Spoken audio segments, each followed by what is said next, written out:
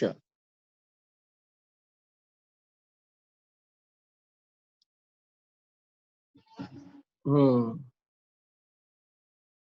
तो thing is कि अब हमें नई थियरी शुरू करनी है, ठीक है। Increasing function and decreasing function, इस तरह से।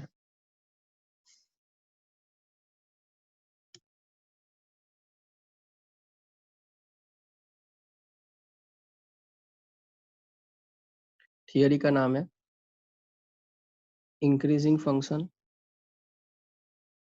And decreasing function.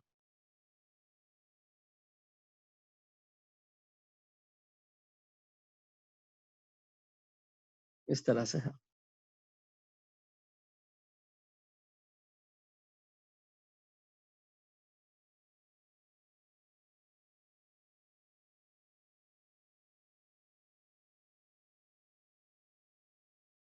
बहुत ही सिंपल भाषा में समझे ना कि इंक्रीजिंग फंक्शन डिक्रीजिंग फंक्शन यानी क्या, बहुत ही सिंपल भाषा में। तो अगर आपको मान के चले कि कोई function of F of x दिया हुआ है, बराबर है, और अगर आप उस फंक्शन को डेरिवेट कराते हो और डेरिवेट करने के बाद वो फंक्शन जो है वो ग्रेटर देन और इक्वल टू 0 है after getting derivated, if that function is greater than और इक्वल टू 0, बराबर है, तो फिर वो फंक्शन जो है वो आपके लिए इंक्रीजिंग फंक्शन का काम करेगा। लेकिन अगर कोई फंक्शन है और आप उसको डेरिवेट कराते हो और डेरिवेट कराने के बाद वो ग्रेटर देन 0 है, सिर्फ ग्रेटर देन 0, इक्वल टू 0 नहीं, सिर्फ ग्रेटर देन 0 है, तो फिर वो फंक्शन जो है वो स्ट्रिक्टली इंक्रीजिंग फंक्शन कहलाए, स्ट्रिक्टली इंक्रीजिंग फंक्शन कहलाए। इसी तरह से अगर कोई फंक्शन है और उसको आप डेरिवेट कराते हो तो डेरिवेट कराने के बाद वो लेस देन और इक्वल टू 0 है, यानी नेगेटिव में है या तो 0 है, तो फिर वो डिक्रीजिंग फंक्शन कहलाएगा। और इसी तरह से अगर कोई फंक्शन है और अगर उसको आप डेरिवेट कराते हो, बराबर, आप उसको डेरिवेट कराते हो तो डेरिवेट करने के बाद वो लेस देन 0 है, सिर्फ नेगेटिव है, तो वो स्ट्रिक्टली डिक्रीजिंग फंक्शन कहलाए।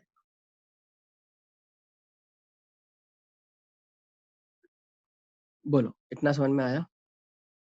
अगर कोई फंक्शन है उसको Yes, डेरिवेट sir. कराते हो ग्रेटर देन हाँ इक्वल टू सर। 0 तो इंक्रीजिंग फंक्शन, अगर लेस देन ग्रेटर देन 0, सिर्फ ग्रेटर देन 0 तो strictly increasing function, less than equal to 0 decreasing function. Strictly decreasing function कब कहलाएगा? सिर्फ लेस देन 0 हो तो।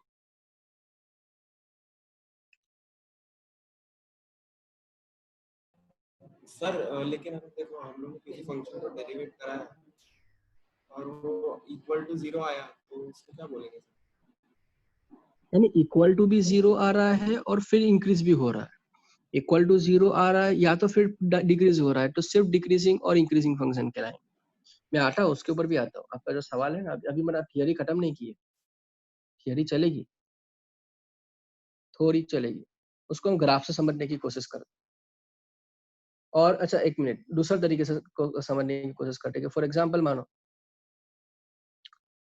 कि ग्राफ तो समझेंगे, ग्राफ तो समझेंगे हम, कि फॉर एग्जाम्पल मानो कि हमको डेरिवेट नहीं करना है।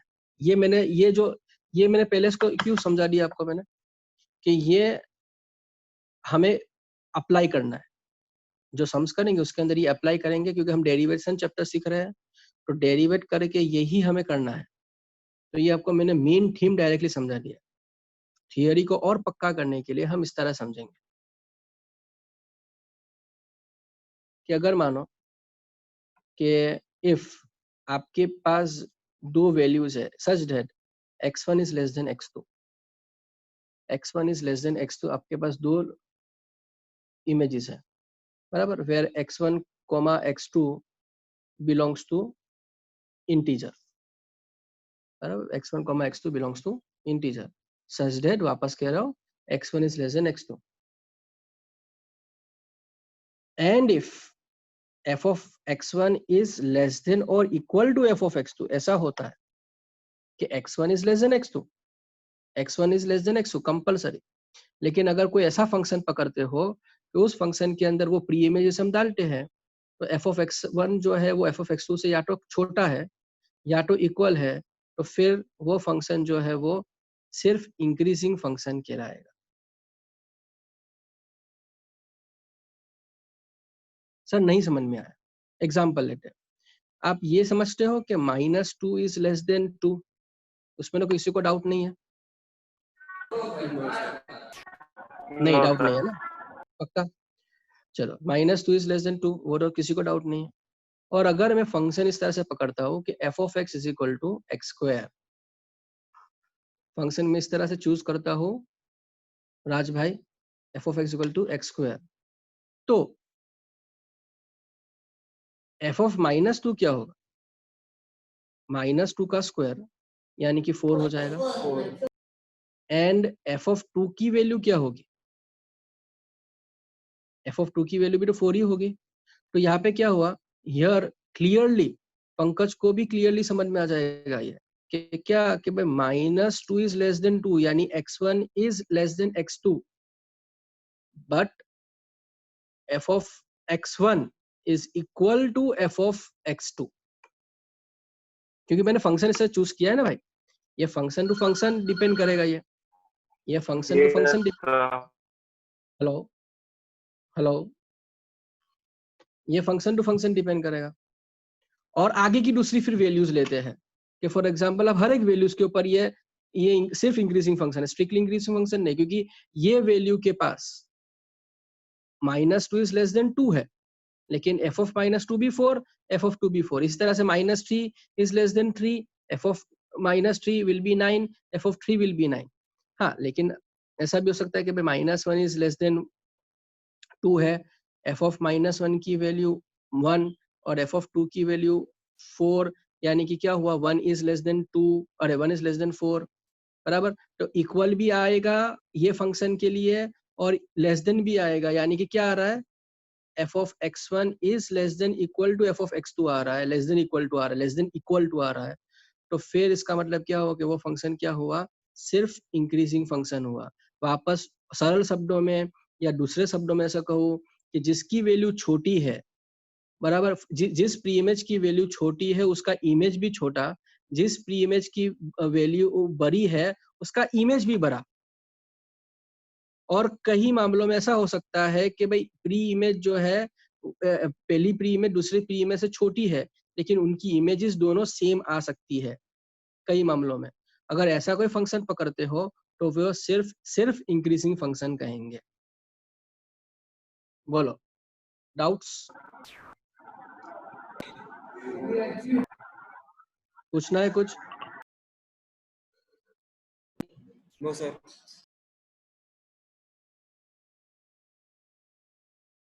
पक्का समझ में आया? अब आगे बढ़े तो इसी तरह से डिक्रीजिंग फंक्शन के बारे में कर, नहीं पहले स्ट्रिक्टली डिक्रीजिंग पे चला जाता है। चलो, ये मानो कि मैं x1 is less than x2 है, बराबर, वही है, इंक्रीजिंग में भी वही लिया था, एक प्री इमेज दूसरे प्री इमेज से छोटी है, लेकिन ऐसा फंक्शन पकड़ता हूँ सच दैट कि f of x1 is less then f of x2, यहाँ पे इक्वल होने का कोई चांस नहीं है। ऐसा कोई फंक्शन लेता है, ऐसा कोई फंक्शन लेते हैं हम, ठीक है, तो f of x1 is less then f of x2 है, तो फिर वो स्ट्रिक्टली इंक्रीजिंग फंक्शन कहलाएगा।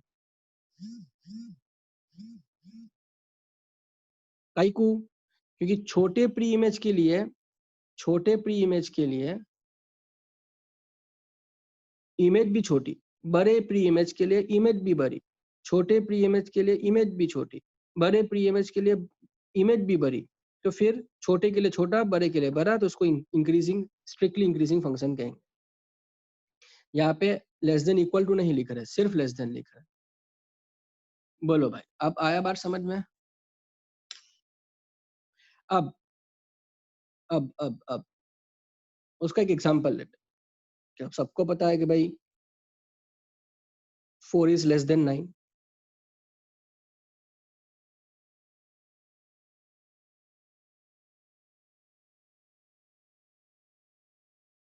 4 इज लेस देन 9 ले रहे और फंक्शन हम ले रहे हैं या 4 लेस देन 9 ले रहे, चलो ये ले सकते हैं, कोई प्रॉब्लम नहीं है, लेकिन हम लेते हैं 8 इज लेस देन 27, चलो 8 इज लेस देन 27, ठीक है। और मैं कोई फंक्शन ले रहा हूँ f of x is equal to under cube root of x, cube root of x, यानी एफ ऑफ 8 जो है वो 2 हो जाएगा और एफ ऑफ 27 3 हो जाएगा, यानी एफ ऑफ 8 जो है लेस देन एफ ऑफ 27 है। तो 8 छोटा है 27 से और उसकी इमेजेस भी इस तरह से आई कि भाई इमेजेस भी छोटे के लिए छोटा है, बड़े के लिए बड़ा है, तो ये स्ट्रिक्टली इंक्रीजिंग हुआ। यहाँ पे ऐसा कोई केस नहीं मिलेगा आपको जिसके अंदर दोनों फंक्शन इक्वल में आएंगे, कभी भी नहीं होगा ऐसा। मैंने फंक्शन जानबूझ के क्यूब रूट ऑफ एक्स लिया है मैंने, तो ऐसा कोई फंक्शन, ये फंक्शन टू फंक्शन डिपेंड करेगा स्ट्रिक्टली होगा कि नहीं होगा। अगर छोटे के लिए छोटा की जगह पे और बड़े के लिए बड़े की जगह पे ऐसा हो रहा है कि छोटे का इमेज जो है और बड़े का इमेज दोनों इक्वल हो जाएगा, बहुत सारे केसेस के अंदर लेस देन तो है लेकिन इक्वल भी हो सकता है, जैसे मैंने पीछे दिखाया, तो फिर भी सिर्फ इंक्रीजिंग कहेंगे, डिक्रीजिंग स्ट्रिक्टली इंक्रीजिंग नहीं कहेंगे। इसी तरह से हम डिक्रीजिंग पे आते हैं, चलो कि भाई x1 is less than x2 है, लेकिन f ऑफ x1 जो है वो ग्रेटर देन और equal to f of x2 है, ऐसा है, फिर ऑब्वियसली x1 एंड x2 जो है वो बिलोंग्स टू कहाँ पे है, इंटीजर पे है। सर नहीं समझ में आया? फॉर एग्जाम्पल फंक्शन ले हम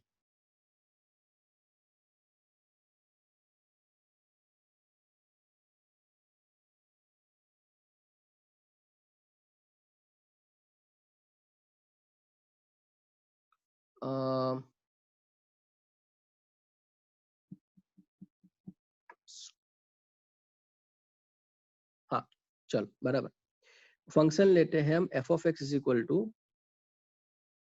1/x फंक्शन लेते हैं, सिंपल 1 फंक्शन लेते हैं।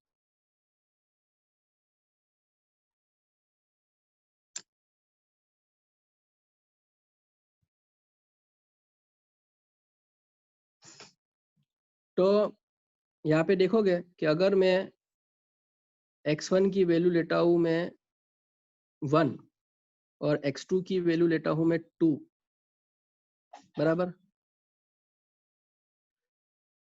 हमें क्लियरली पता है कि 1 इज लेस देन 2, बराबर, x1 is less than x2 ले रहा है, x1 में 1 ले रहा हूँ।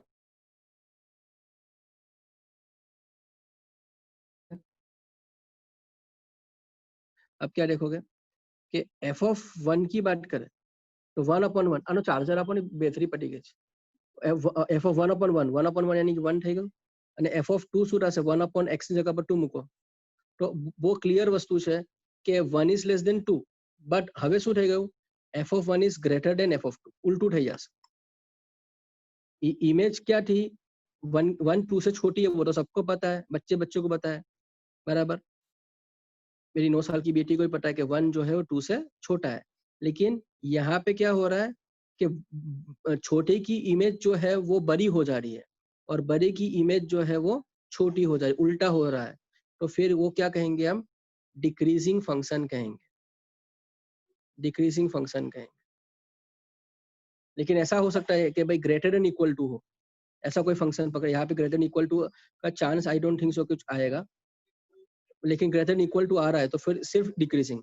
और अगर x1 जो है लेस देन x2 है, x1 is less than x2 है और f ऑफ x जो है वो greater then f of x2 है, इक्वल नहीं है, तो फिर भी वो स्ट्रिक्टली डिक्रीजिंग फंक्शन कहलाएगा।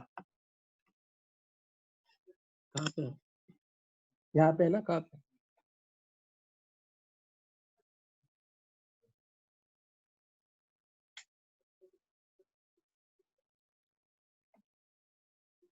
कोई पेरेंट है?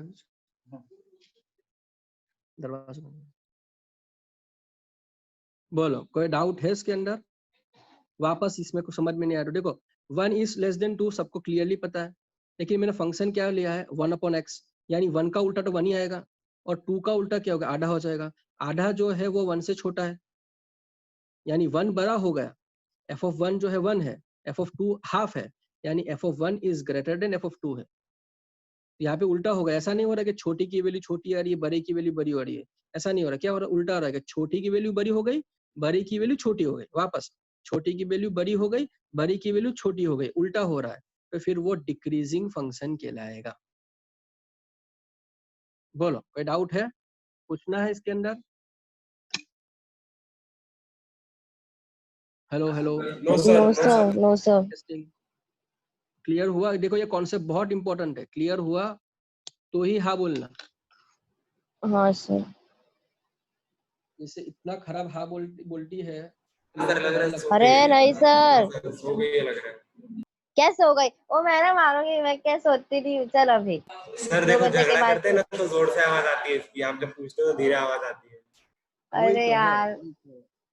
पंकज, सर, ऐसा डाउट्स? कुछ है नहीं सर, रिकॉर्डिंग हो रही है, चलो शांत सर हो जाए। पंकज बाहर चला गया है, पंकज तो। पंकज बाहर चला गया क्या? अरे यार इतना इंपॉर्टेंट टॉपिक और बाहर गया, कैसे चला गया ये? हाँ नहीं है। रुको सर, मैं उसको कॉल करता हूँ। આજનો જવાબ તો આવી ગયો। આદિત્યનો જવાબ શું છે ભાઈ, સમજ પડી ભાઈ? सर मैंने हाँ बोल दिया। चलो अब उसका ग्राफ समझते हैं, चलो इंक्रीजिंग डिक्रीजिंग का ग्राफ समझ लेते हैं।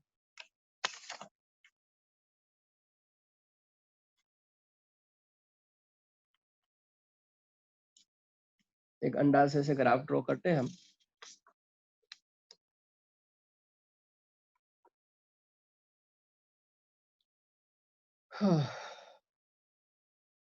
फॉर एग्जांपल कोई इंक्रीजिंग की ग्राफ बात करें, सिर्फ इंक्रीजिंग,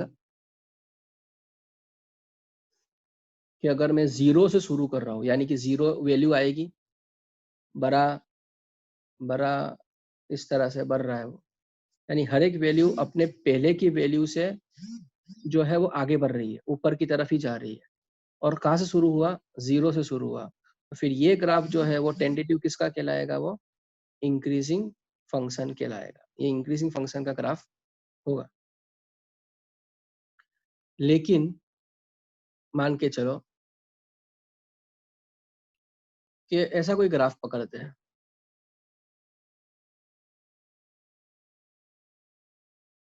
कि वो 0 को टच ही नहीं हो रहा है, वो कंटिन्यूसली बढ़ ही रहा है, नेगेटिव वैल्यू से भी आगे चलते चलते वो बढ़ ही रहा है, 0 को टच किया ही नहीं, वो ये यहाँ से गुजरा ही नहीं, तो फिर वो इस तरह का ग्राफ जो होगा वो स्ट्रिक्टली इंक्रीजिंग फंक्शन का है।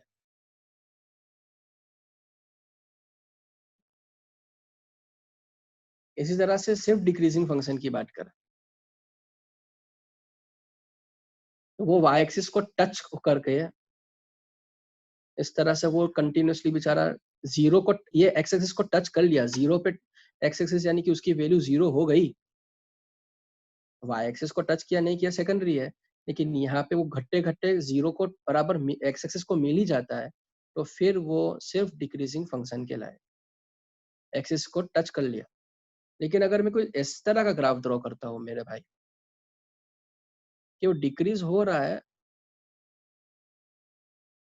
लेकिन वो डिक्रीज होते हो रहा है बहुत ही, लेकिन वो आगे चल के कब एक्स एक्सिस को टच करे पता नहीं है, एक्सिस को टच कर ही नहीं रहा है, उसकी वैल्यू घटती जा रही है, घटती जा रही है, लेकिन नो इनफाइनाइट जगह पे पॉसिबल है कि वो एक्स को टच करे, यानी इन्फिनिटी तो रियल वैल्यू काउंट ही नहीं होती, यानी कि ये यहाँ से वो क्या हो गया, पैरेलल टू एक्सिस हो गया, ऑलमोस्ट क्या हो गया, एजिम्पटोट हो गया, एजिम्पटोट। एजिम्पटोट समझते हो, मोदी सर ने एजिम्पटोट करवाया होगा, मैंने तो करवाया था, मैंने सिर्फ एक क्या बोला है, ब्रीफ आइडिया दी थी एजिम्पटोट की, लेकिन मोदी सर ने समझा होगा एजिम्पटोट क्या है। एजिम्पटोट बोलो। तो सर पहली बार सुन रहे वर्ड को, अच्छा है। क्या आदमी हो नहीं आप? पता सर, नहीं पता, ये नहीं पता, पूछ लो किसी से भी, राज हाँ MC। सर। वो तो हम सभी एक ही थाली के चत्ते बट्टे, हम एक डाल के पंछी हैं। एजिम्पटोट यानी क्या? सर अति समझाયું सर अजय सर। चलो चलो समझ लो, एजिम्पटोट यानी क्या, कि अगर कोई भी कर्व हो और कर्व को कोई लाइन इस तरह से पास हो रही है कि वो कर्व को बहुत ही आगे चल के इनफाइनाइट पे वो क्या होगा, इनफाइनाइट के ऊपर वो टच करेगा। अब इन्फिनिटी जो है वो ऐसी चीज है कि हम रियल वैल्यू में डिफाइन ही नहीं कर सकते। तो बहुत ही आगे चल के शायद शायद शायद आगे चल के, काफी आगे चल के, पता नहीं कहाँ चल के, क्योंकि वो इन्फिनिटी हो गया, टच करेगा। तो इस तरह का जो लाइन जो है उसको हम क्या कहेंगे, एसिम्पटोट कहेंगे फॉर द कर्व। तो यहाँ पे भी एक एसिम्पटोट जैसा कंडीशन क्रिएट हो रही है कि डिक्रीज हो रहा है। अब कब जाके हो तो रहा है, लेकिन कब जाके एक्स को टच करेगा पता नहीं। तो ये जीरो, मतलब जीरो उसकी वैल्यू नहीं आ रही है इस कहने का मतलब, तो वो स्ट्रिक्टली डिक्रीजिंग फंक्शन कहलाएगा। बोलो समझ में आ रहा है मैं क्या कह रहा हूँ? हाँ सर। और अगर ऐसा भी हाँ कोई सर। फंक्शन, ऐसा भी कोई फंक्शन हो सकता है ना कि अपने आदित्य के जैसा हो, कि कभी जो है वो अच्छे मार्क्स लेके आता है, कभी जो है वो बुरे मार्क्स लेके आता है, पता ही नहीं चलता कि उसका ग्राफ कहाँ जा रहा है। नो सर, वो चैप्टर पे डिपेंड होता है। हाँ, वो जो भी है ऐसा नहीं होना चाहिए। वो सचिन तेंदुलकर मतलब मैं सचिन तेंदुलकर, कहने का मतलब ये है कि भाई वो इंक्रीज हुआ, डिक्रीज भी हुआ, वापस increase, sinusoidal curve, cosine curve, sinusoidal curve, उनका कुछ मतलब में अटा पता नहीं, कुछ भरोसा नहीं कर सकते कहने का मतलब। तो ये जो है वो नाइडर इंक्रीजिंग है, नॉर जो है वो डिक्रीजिंग है, कंसिस्टेंसी ही नहीं है। कभी इंक्रीज हो गया तो कभी डिक्रीज हो गया, यानी वैल्यू टू वैल्यू उसकी इंक्रीजिंग डिक्रीजिंग हो रहा है। चैप्टर टू चैप्टर उसका ग्राफ जो है वो बढ़ रहा है, घट रहा है अपने आदित्य का, बराबर। इसी तरह से यहाँ पे भी वही है कि भाई साइनोसोइडल कर्व कैसा है कि एंगल के ऊपर उसकी वैल्यू बढ़ेगी, एंगल के डिपेंडिंग उसका वैल्यू घटेगी, और कभी तो इतना घटेगा कि बाप रे पता नहीं कहाँ आ गया, नेगेटिव, बहुत नेगेटिव में, पाताल लोक में आ गया। लास्ट सर, वो लास्ट ईयर की बात है सर। क्या हो गया, क्या? सर वो सब तो लास्ट ईयर की बात है सर, अभी का। अभी मतलब मैं अभी देखो, अभी ये टेस्ट तो जो हम ले रहे हैं वो तो ले रहे हैं, ठीक है, वो तो लोग, आप लोग चीटिंग तो करते ही हो, हाँ। वो मतलब मैं, अब आओगे फिजिकली आओगे फिर टेस्ट लेंगे तो पता चलेगा। तो अभी तो मतलब मैं हाँ वो सर। क्या है, ग्राफ तो मैं 11 का ही देखूंगा ना। हाँ सर। हाँ सर, अभी तो 11 का ग्राफ। आयुषी कौन कौन चीटिंग कर रहा है बेटा, बोलो। हाँ सर, क्या मैं ऐसा बोल रही हूँ कि ना, हाँ अभी तो कुछ पता चलेगा नहीं, हाँ, जब कौन हम कौन लोग चीटिंग कर रहा है आएंगे। लेकिन आपके हिसाब से पता है? ना सर, एक्चुअली सब जब मार्क्स જોઈએ છે તો नहीं લાગતું કેમ બાકી બધાને वो होशियार है तो, वो होशियार बचा भी ले तेरी फ्रेंड्स ने। नहीं सर, એવું નથી। बोलो तो, इंक्रीजिंग डिक्रीजिंग में कोई डाउट हो तो बोलो। तो बहुत ही सिंपल सा लॉजिक ये है कि आप डेरिवेट करा रहे हो, लेस देन इक्वल टू 0 आ रहा है तो decreasing, greater than equal to आ रहा है तो इंक्रीजिंग, बराबर है। और उसको हमने फिर डेरिवेट किए बिना भी हमने दो अलग अलग तरीके से हमने सीखे, एक ग्राफिकल और एक नॉर्मल। कि अगर छोटी वैल्यू के लिए वैल्यू छोटी, बड़ी वैल्यू के लिए वैल्यू बड़ी, इमेज भी बड़ी तो इंक्रीजिंग, छोटी वैल्यू के लिए इमेज बड़ी हो जाती है, और बड़ी प्री इमेज के लिए इमेज जो है वो छोटी हो जाती है, तो फिर उल्टा हो जाता है, उल्टा, तो फिर वो हो जाएगा क्या, डिक्रीजिंग। और फिर हमने उसके ऊपर ग्राफ समझा। बोलो अब कुछ पूछना हो तो बोलो। Sir very. आगे बढ़ेंगे हम और हम शुरू करेंगे एक्सरसाइज। कहाँ गई एक्सरसाइज? एक्सरसाइज 6.2 शुरू करेंगे। और आदित्य जैसा साइनोसॉइडल कोई कर्व हो तो neither increasing not decreasing. Picture है मेरा आदित्य। सर बिल्कुल बेचारा है नहीं। सर के हिसाब से वो तो होगा सर, तो वो सर रेफरेंस अपने टू बेचारे, कॉन्टेक्स्ट। सर को सब अच्छे ही लगते हैं, इसलिए। उसने बोला कहा तो अच्छी लगती है। हाँ चल बैठ जा। नहीं, डाई छोकरी, डाई घनी डाई छोकरी છે ભાઈ। Exercise 6.2 question number 1। देखा। so that the function given by f of x equals to 3x plus 17 is strictly increasing on r. Strictly increasing on R है, हमें ये प्रूव करना है। तो मैंने क्या समझा था, अप्लाई तो क्या करना, डेरिवेटिव करना है, एफ डेस ऑफ एक्स कर लो, ये क्या आ जाएगा 3। अब 3 तो 3 है ना, 3 तो कंपलसरी ग्रेटर देन 0 है ना, ऐसा तो नहीं ले सकते कि 3 इज ग्रेटर देन और इक्वल टू 0। 3 कभी कभी 0 बन जाता है, 3 तो कांस्टेंट है, 3 तो 3 है, तो ग्रेटर देन 0 ही है, देयरफॉर ये क्या हुआ, स्ट्रिक्टली इंक्रीजिंग हुआ। सिंपल है, ज्यादा ही बराबर।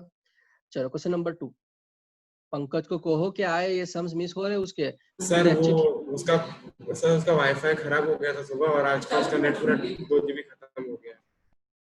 अरे खुदा, अब ये वाह, चलो ठीक है, वो रिकॉर्डिंग हो रहा, अच्छा है, सही टाइम पे याद दिलवाया आप लोगों ने।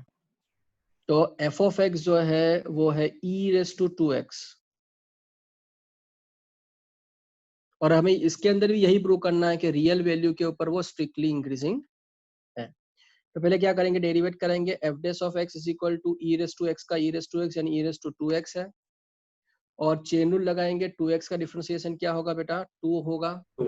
अब देखो ये चीज सिंपल सी चीज है, क्या यहाँ पे हम डिस्कस कर सकते हैं कि केस 1, यहाँ पे डिस्कस कर सकते हैं केस 1, क्योंकि यहाँ पे वेरिएबल बचा है कि if x is less then 0, बराबर, x जो है वो नेगेटिव में है, x जो है मेरा भाई नेगेटिव में है, तो then f dash of x equals to 2 into e⁻2x जो है, फिर भी वो तो ग्रेटर देन 0 ही रहेगा। क्यों, किस खुशी में, कि पावर भले नेगेटिव हो, पावर भले ही नेगेटिव हो, अगर आपका बेस पॉजिटिव है तो आंसर तो पॉजिटिव ही आना है। ये तो पता है ना, कि ये भी पता नहीं है। ई कौन है, अच्छा आयुषी को पूछे, आयुषी ई की वैल्यू क्या है बेटा, आवाज आ रहा है। हाँ वो तो आएगा आएगा बेटा, ये तो होगा। ई की वैल्यू क्या है बेटा, हेलो हेलो, हाँ ई की वैल्यू क्या है, हाँ बोलो।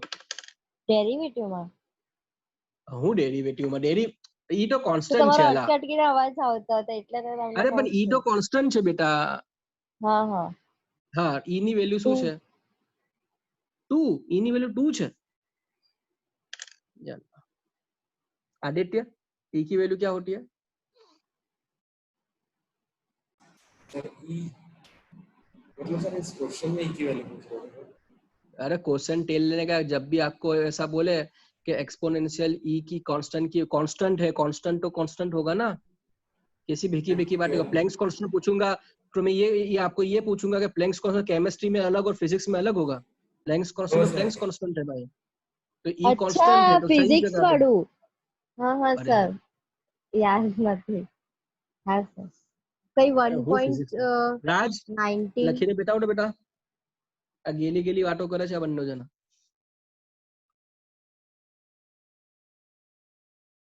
ई जो है वो कांस्टेंट, राज को ही पता नहीं है, ई जो है कांस्टेंट वो हाँ 2.7186 एंड सो ऑन, बराबर है, irrational value, very good, clap हाँ रियली क्लैप, राउंड अप्लॉज।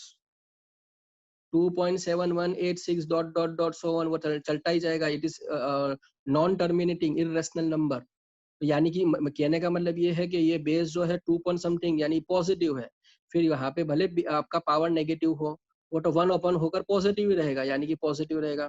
फिर केस 2 की बात करें तो इफ x जो है वो क्या होगा, ग्रेटर देन 0 होगा, बराबर है, तो इसका मतलब क्या होगा कि एफ डेस ऑफ x जो है फिर भी ये कौन है, 2 इंटू e⁻²2x है, वो भी ग्रेटर देन 0 ही रहेगा। आदित्य के दिमाग में चल रहा होगा सर इक्वल टू 0 करो, हाँ मैं कर रहा हूँ ना। केस 3 कि अगर x की वैल्यू अगर मैं 0 ले रहा हूँ तो f dash of x is equal to 2 into e⁻0 हो जाएगा, e⁻0 क्या होगा आदित्य, 1, 2 1 सा क्या हो गया 2, वो तो कम्प्लीटली ग्रेटर देन 0 है, यानी तीनों किस्सों में इक्वल टू 0 तो आ ही नहीं रहा है, तीनों किस्सों में ग्रेटर देन 0 ही आ रहा है, यानी कि क्या हुआ, therefore function is strictly increasing. समझ में आया, इस तरह से करेंगे।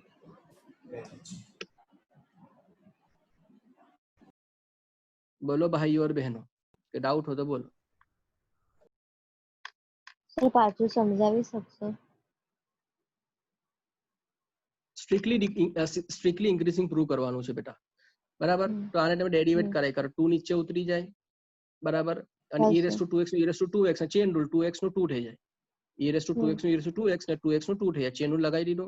હવે ટર્ન કેસ થાય, અગર x ની વેલ્યુ નેગેટિવ લઉં પણ પાવર ભલે નેગેટિવ હોય, બેઝ પોઝિટિવ હોય તો આન્સર તો પોઝિટિવ જ આવવાનો. અને અગર મેં પાવર પોઝિટિવ લઉં છું તો વાંધો નથી, પોઝિટિવ જ આવવાનો. અગર x ની વેલ્યુ 0 લઉં છું તો e raised to 0 તો 1 ને 2 1s are 2, તો 1 હોય કે 2 હોય ગ્રેટર ધેન 0 જ થયો. यानी कौन तो टन કિસ્સાના અંદર પોઝિટિવ જ આન્સર આવે છે, ગ્રેટર ધેન 0 આવે છે, यानी कौन થઈ ગયો strictly increase. Thank you sir. બરાબર. ચલો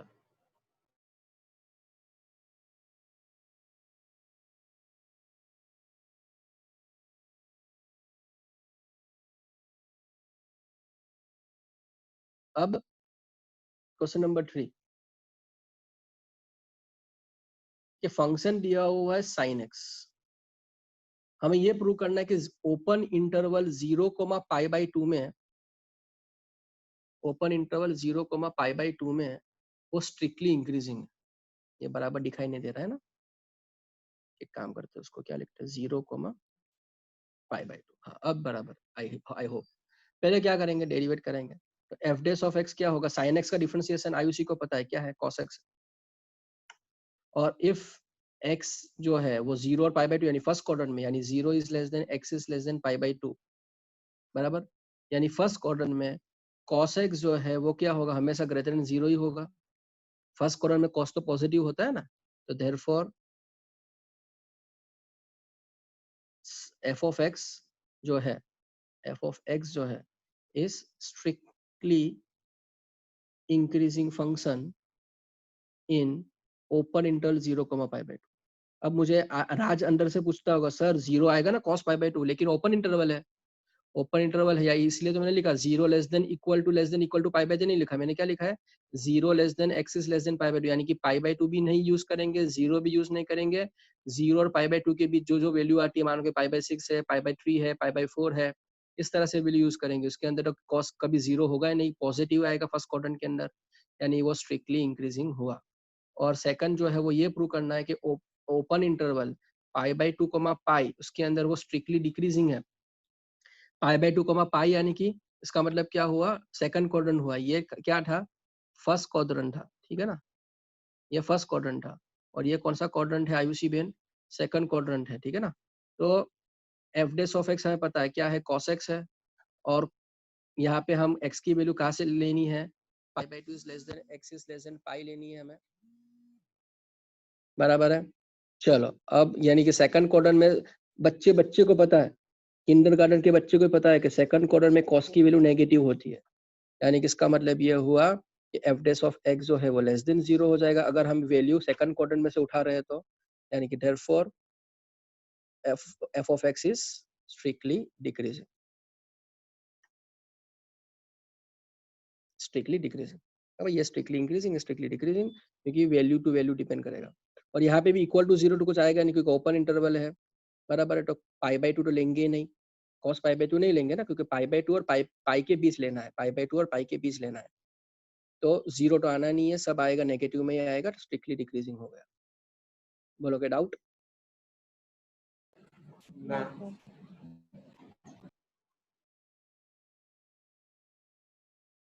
डाउट? No sir. चलो अब यहाँ पे रुक जाते हैं, ठीक है ना. तो अब मैं फोटो भेजता नहीं हूँ, भेजू कि नहीं भेजू, भेजो रिकॉर्डिंग तो सर. हुआ है, चलो आगे का भेज देते दो. हाँ तो ठीक ग्राफ है, वाला फोटो चलो भेजेंगे. वाला मिलेंगे और ये 6.2 एक्सरसाइज खत्म करें. हाँ sir. Okay sir, thank you sir, bye sir. Bye bye बेटा, सर. बाय.